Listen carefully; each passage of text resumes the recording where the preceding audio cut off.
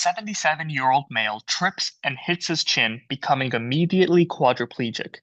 On presentation, CT neck shows no evidence of fracture or instability. Physical exam shows severe upper extremity weakness, left more than the right, mild lower extremity weakness, sensory dysesthesias in the upper extremities, and preserved anal tone and sensation. He has an indwelling Foley catheter, so bladder evaluation is not possible. But your exam findings you determine are consistent with a C3 Asia grade C central cord syndrome. It is 9 p.m. and your usual OR team is off. Should you operate tonight or wait until the morning to medically optimize the patient for surgery with your usual team?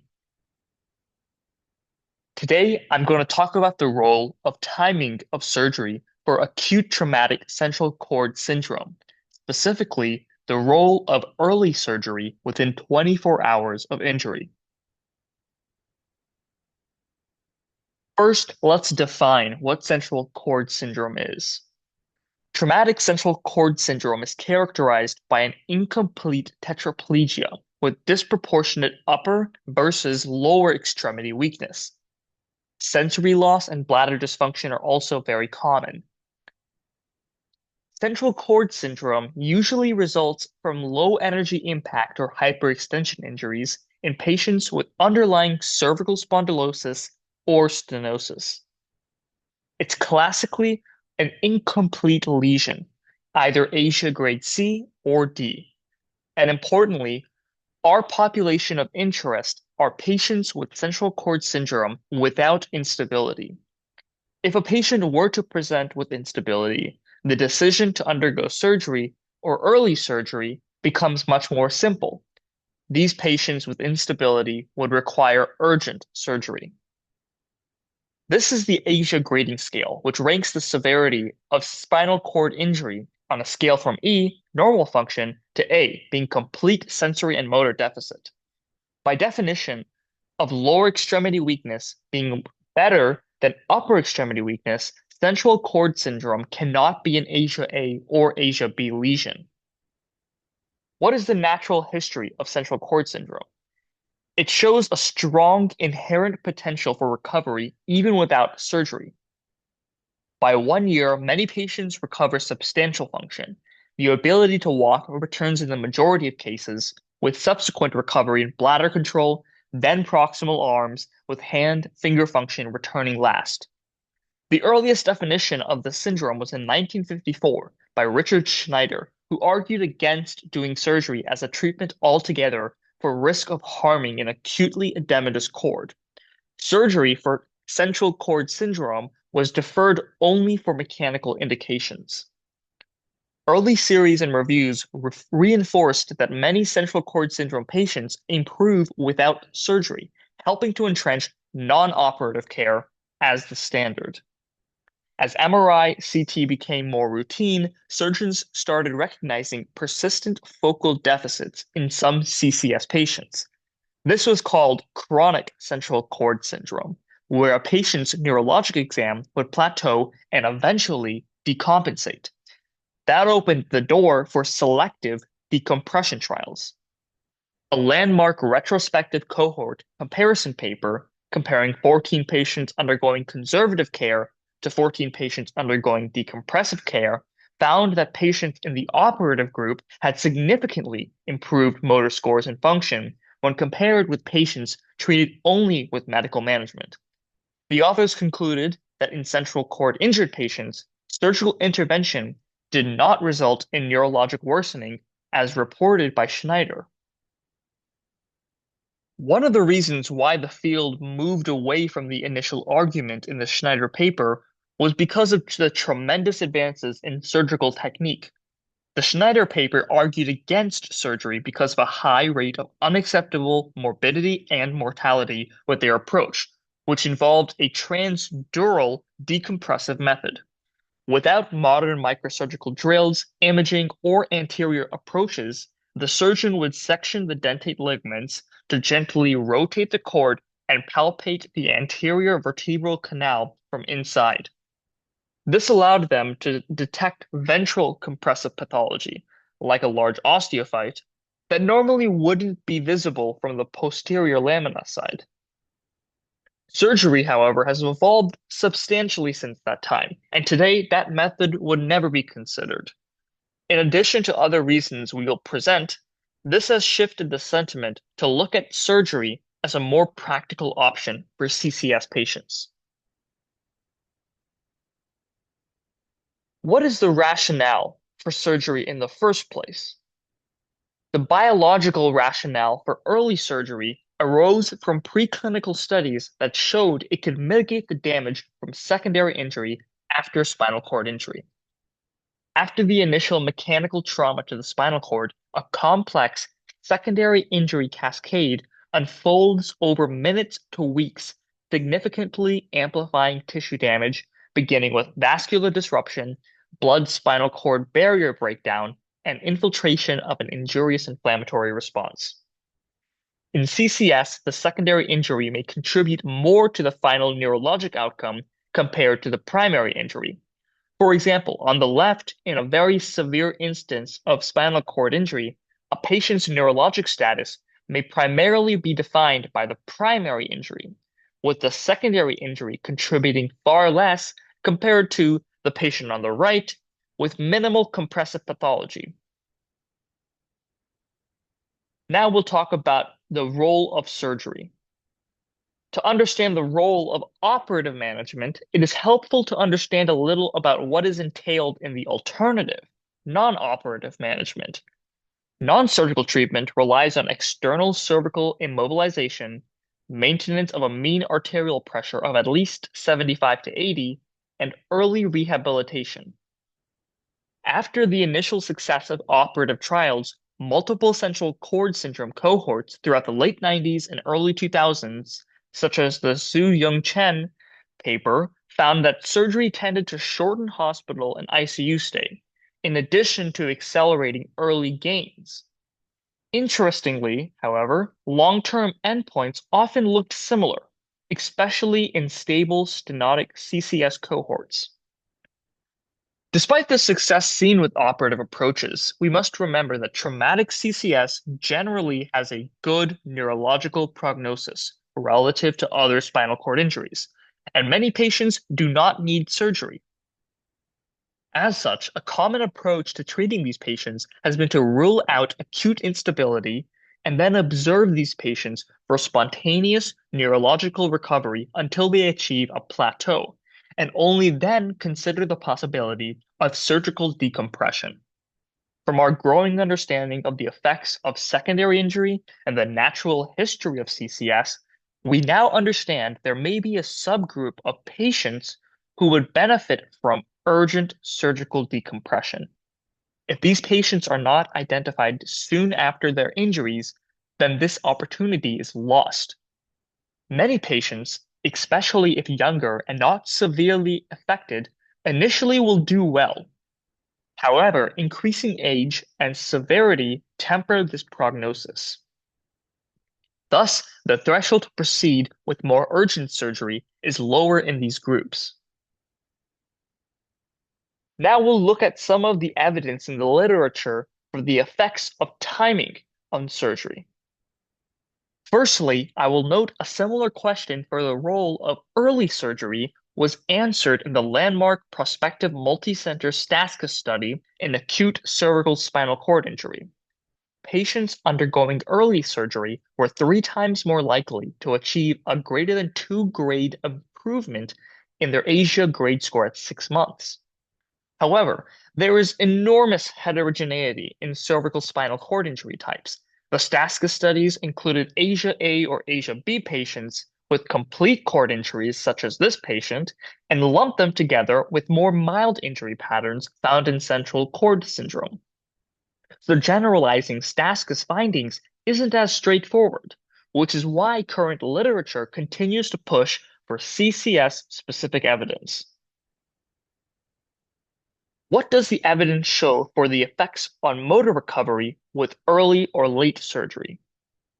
The landmark paper, which forms the guidelines we will review at the end of this talk, was a propensity-matched analysis of data from 3 independent prospective multi-center datasets.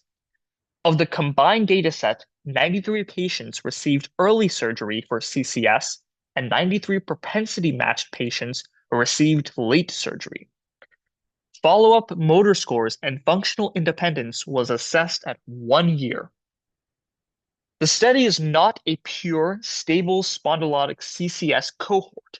It contains a mix, including some patients whose decompressions were indicated for fracture or instability. Early surgery in this study was significantly associated with improved recovery in the upper limb, but lower limb and overall motor function were not improved significantly with early surgery. The authors claim that this is still significant because many patients with CCS have significant residual impairment in their hands. A higher proportion of patients in the early surgery group achieved complete independence in various functional activities, such as eating, grooming, dressing, other tasks involving upper limb function. However, none of these associations reached statistical significance, and there was no difference in 1 year FIM motor scores. It is important to note still that even small improvements in sensory motor abilities may translate to improved function and quality of life that are harder to measure. When patients were stratified by Asia grade, there was only a marginal, non-significant association between early surgery and all outcomes examined. A challenge with this result, however, is that current outcome measures for acute spinal cord injury demonstrate a strong ceiling effect. Simply put, the ceiling effect is visualized here. If you start up high, then you have less room to go up. Thus, the unclear benefit from early intervention may be a reflection of the insensitivity of Asia score or the ceiling effect where the possible margin for improvement is simply just too small. When this ceiling effect is partially removed by looking at more severely affected Asia C patients, we see a significant association between lower extremity motor score and early surgery.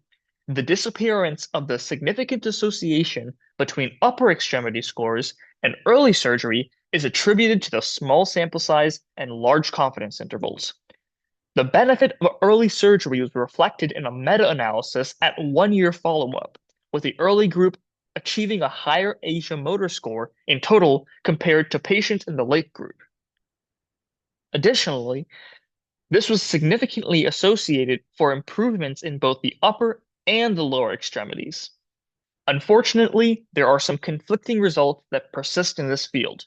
One other meta-analysis, for instance, found that at a mean time of 12 months follow-up, surgical decompression in the less than 24-hour group showed a higher but not statistically significant improvement in Asia motor scores compared to patients with late or greater than 24 hours. Another retrospective 19-year single-center cohort found timing of decompression did not affect Asia motor score at 6 months when adjusting for covariates. Instead of early or late decompression, they found that admission Asia motor score was the only independent predictor of follow-up Asia motor score. A randomized controlled trial of 70 incomplete cervical spinal cord injury patients that had 24 CCS patients showed neither long-term benefit nor accelerated recovery in their cohort, further making the motor benefit of early surgery more unclear. What are the effects on venous thromboembolism rates? Well, one meta-analysis found that the odds ratio of VTE was significantly lower in those who underwent early surgical decompression. The odds ratio of total complications was also lower in patients undergoing early surgical decompression. What about the effects on mortality? Numerous studies in the broader SCI literature have shown that early surgery is generally safe in experienced hands. However, it is not without other considerations. One older retrospective analysis of a national trauma database had reported that in-hospital mortality was lower in CCS patients whose surgery was actually delayed beyond 24 hours. Delayed surgery was associated with an approximately 19% decrease in odds of mortality with each 24 interval that passed before surgery. However, a meta-analysis of 4 papers presenting mortality odds ratios, as well as numerous other studies cited below, showed no significant difference or decreased mortality between 2 groups. This is another figure I generated looking at the literature reporting mortality impact, with a strong trend for early studies demonstrating increased mortality and later studies demonstrating decreased mortality, possibly suggesting an iatrogenic cause of surgical technique as the reason for mortality, and not the timing of surgery.